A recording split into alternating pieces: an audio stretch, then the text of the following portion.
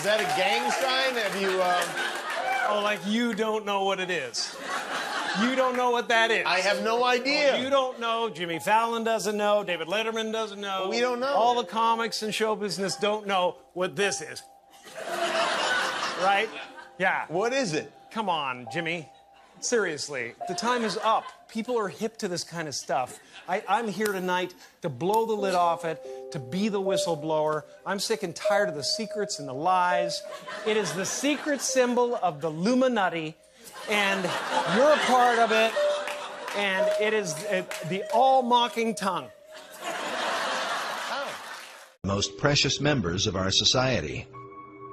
In this image, Kinsey seems to take a demented sort of glee in showing these young children a film of two porcupines engaged in a sexual act. He seems oblivious to the confused and even disturbed looks on the faces of these children.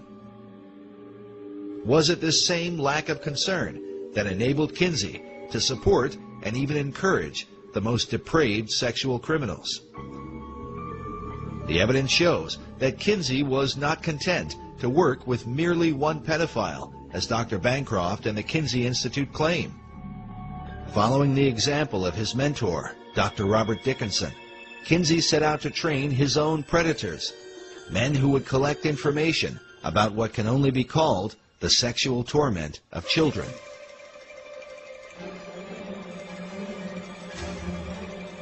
Dr. Clarence Tripp was Kinsey's photographer, who filmed and photographed sex scenes in the attic of Kinsey's home in Bloomington, Indiana. In 1990, Tripp was interviewed on The Phil Donahue Show, along with Dr. Judith Reisman, who appeared to defend her first book, exposing Kinsey. Well, don't look now, but they're attacking Dr. Kinsey again. The book is titled Kinsey, Sex and Fraud, The Indoctrination of a People. During the show, as Clarence Tripp began to defend Kinsey's research, even Phil Donahue, with his liberal views on sexuality, became uneasy at some of Tripp's bizarre comments about the molestation of children.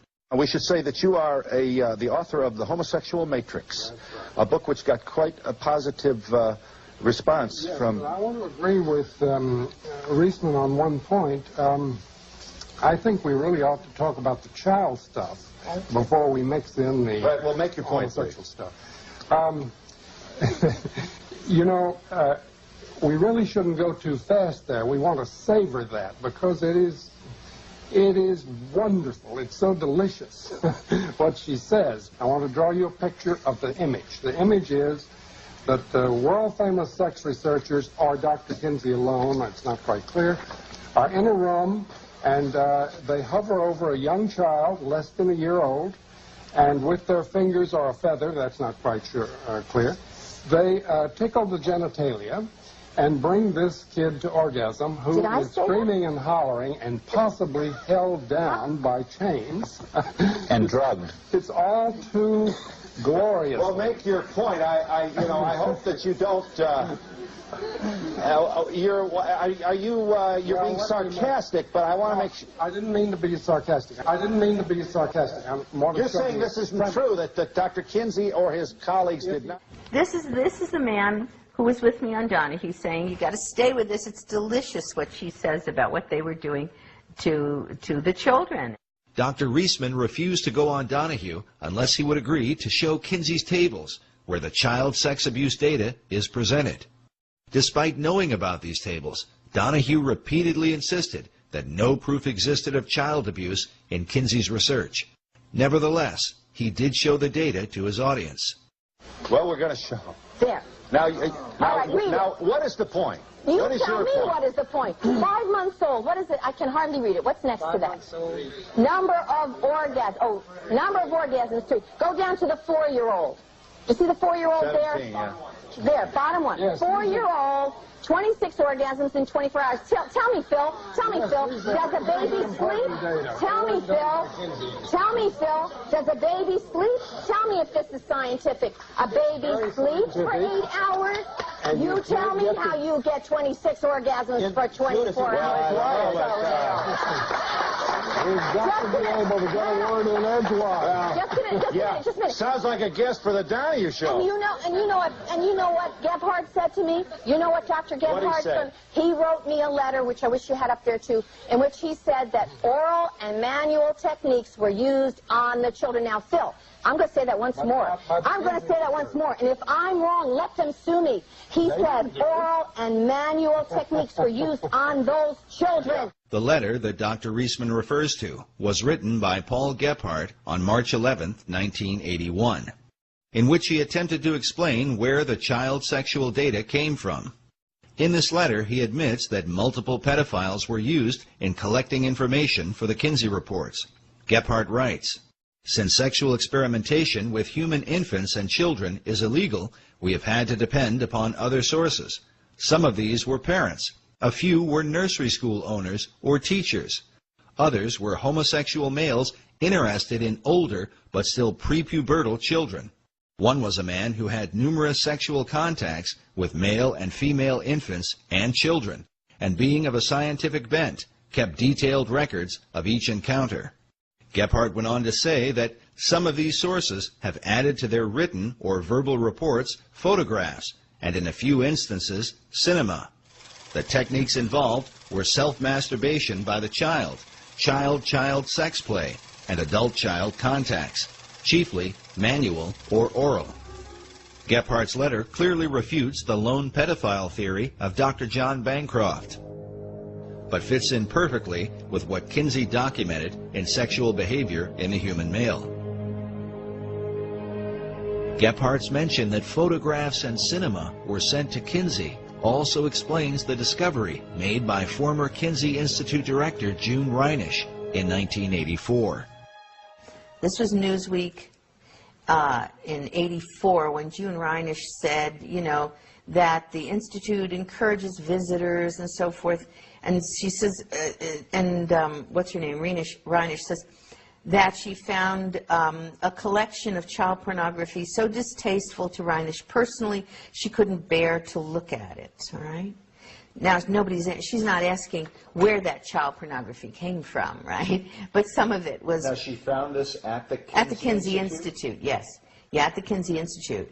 And John Bancroft, who wrote about Kinsey and supported Kinsey for years before he was hired as the head of the Kinsey Institute, right? Who's supposed to be an expert on Kinsey, which was why he was hired by the Kinsey Institute, now suddenly claims that everybody knew all along that these children were being raped by one pedophile. Well, he's the expert on Kinsey. Why didn't he ever write about it before he got hired? Why did he have to go into the Kinsey Institute to look into it if it's all laying out there? He knew that it wasn't a couple of pedophiles, which he said at one point. It wasn't one pedophile, which he said at another point. Kinsey said it was 9 pedophiles. That's what he wrote. And it certainly would have been at least 9, because we now know from Yorkshire Television that Kinsey was working with a group of pedophiles. There was also a pedophile organization in this country. They cooperated with us, and some of them who were not, of course, not incarcerated, they came and they gave us information. Dr. Reisman believes the pedophile organization mentioned by Gebhardt may have been the nucleus for what would become NAMBLA, the North American Man-Boy Love Association. While child molestation is a crime in any circumstance, the members of NAMBLA claim that their intentions are out of love for the children they molest. Yet this cover of a NAMBLA bulletin, which they called their back-to-school issue, paints quite a different picture. It shows a frightened boy cornered by 2 adult men who are about to force him into sexual contact, and is more consistent with the information found in the Kinsey reports, that children are in fact being raped and tormented by the pedophiles who prey upon them. To this day, NAMBLA looks to Alfred Kinsey as their inspiration, saying that gay liberation...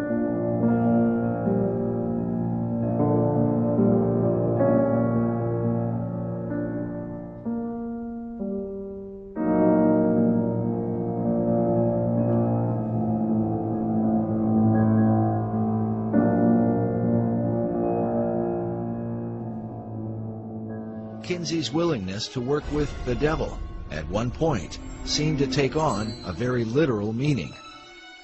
One of the interesting things I found several years ago in researching the Satanist Aleister Crowley was the influence that he has had on so many people here in the United States of America.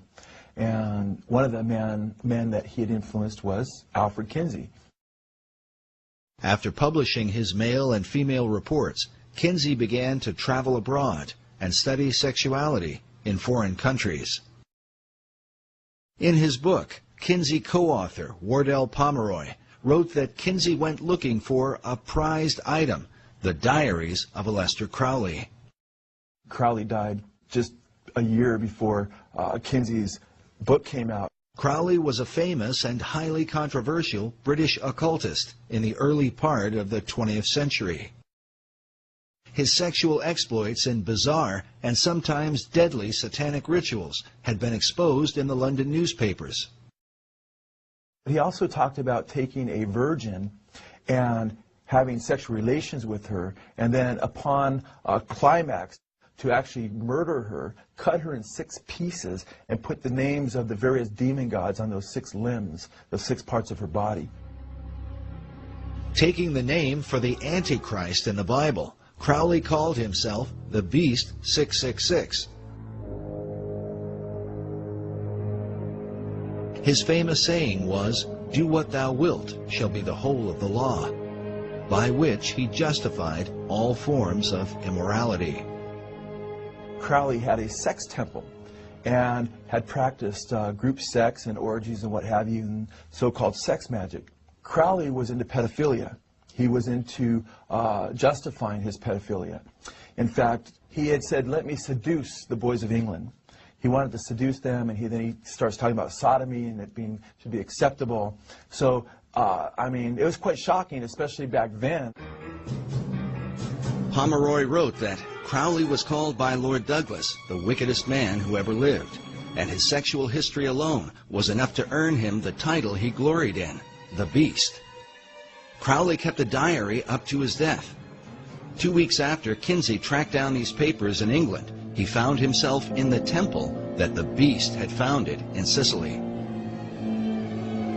Kinsey is pictured here inside Crowley's temple, known as the Abbey Thelema, where he performed his satanic rituals. On the wall is a picture of Crowley himself.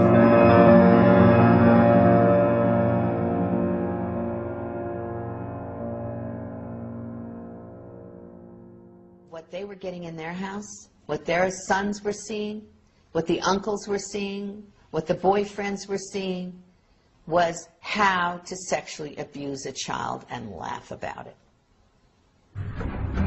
During World War II, the Nazis used cartoons to condition the minds of Germans against the Jewish people, creating an exaggerated and comical identity that ultimately led to their persecution and mass murder. Dr. Reisman believes a similar kind of conditioning has happened through the use of cartoon imagery that depict the rape and abuse of children. Children are being sexually assaulted, they're being trampled on, they're being kidnapped, they're being murdered. And I have all of those kinds of cartoons. Some of the following cartoons are disturbing, such as this image from Playboy of an infant child masturbating, with a title that reads, "Getting Off." Not surprisingly, the cartoon supports the Kinseyan view that children are sexual from birth. Children are often shown to be the aggressors, as in this image of a small child speaking to an older man with a candy cane. The caption reads, "No thank you, nice man. I don't want to go for a ride in your car. Why don't we just go up to my place and BALL?" This image from Penthouse has 3 young girls in conversation. The one with the candy cane says, "Yeah, and he gives you one of these just for straight sex, no deviations." This Playboy image is of a young girl putting her dress back on. She says to the older man in the bathrobe, "You call that being molested?" Et donc c'est quelqu'un qui a créé aussi la Golden Dawn. Donc il y a beaucoup d'artistes